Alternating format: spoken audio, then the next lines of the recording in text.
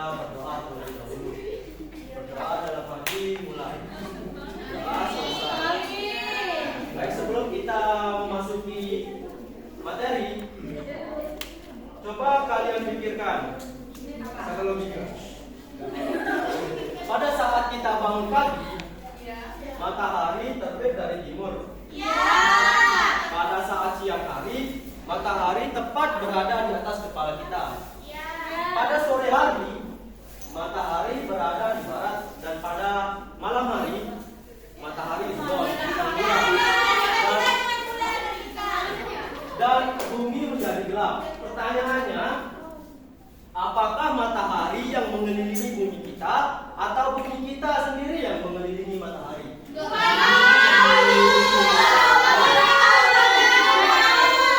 Baik, kita akan mencari jawabannya bersama-sama pada materi siang hari.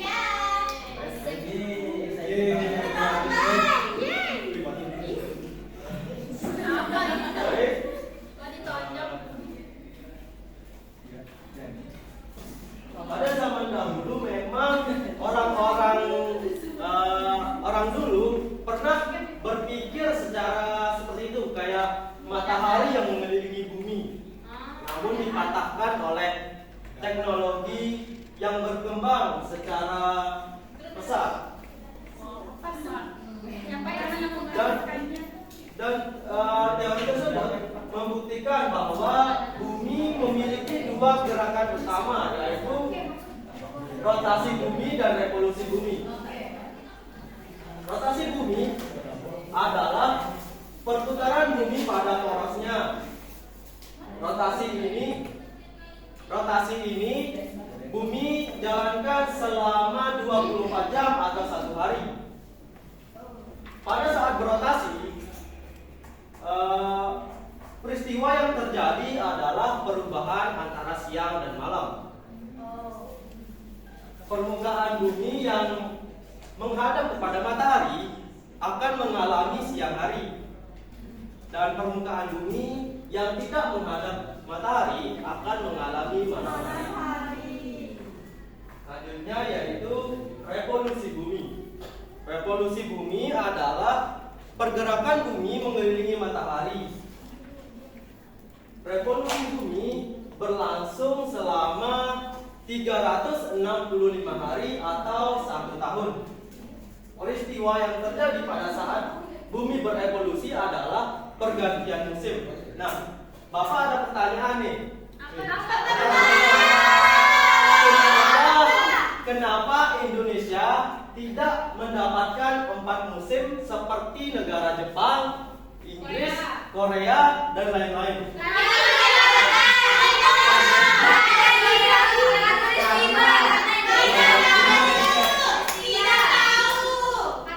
Karena benar dari kata temannya tadi, karena Indonesia berada pada garis khatulistiwa yang menyebabkan negara Indonesia selama 1 tahun mendapatkan relatif suhu yang stabil selama 1 tahun. Makanya Indonesia tidak mendapatkan 4 musim seperti negara-negara lain. Ya, kenapa ya? Selanjutnya yaitu gerak bulan.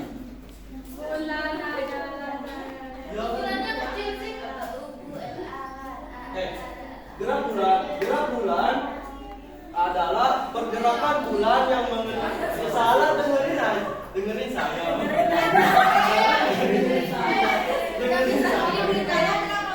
Jangan lihat ini.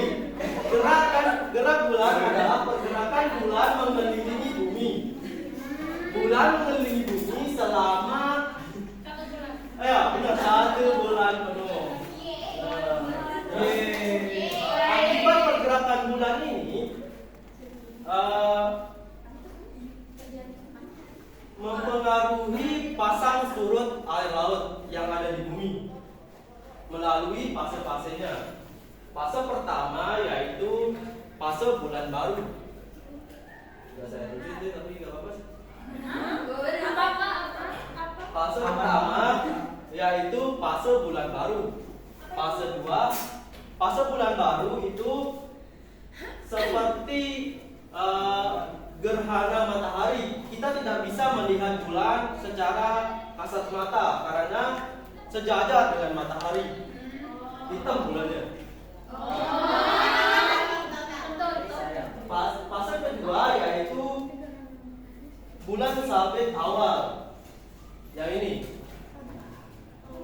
Yang kedua, yang ketiga, fase bulan fase selanjutnya yaitu fase bulan jembung awal, dan selanjutnya fase bulan purnama. Nah, di bulan purnama inilah pasang surut air laut menjadi tinggi karena gravitasi bulan menjadi naik gravitasi bulannya. Karena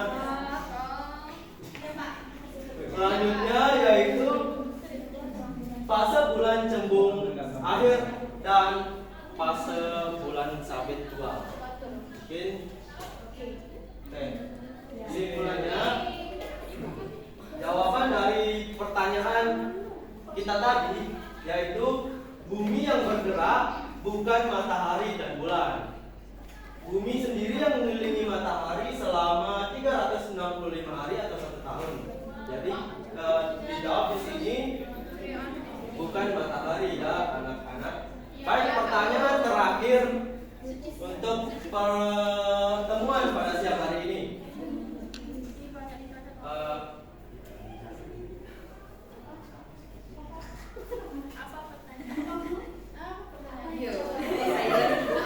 Pertanyaannya,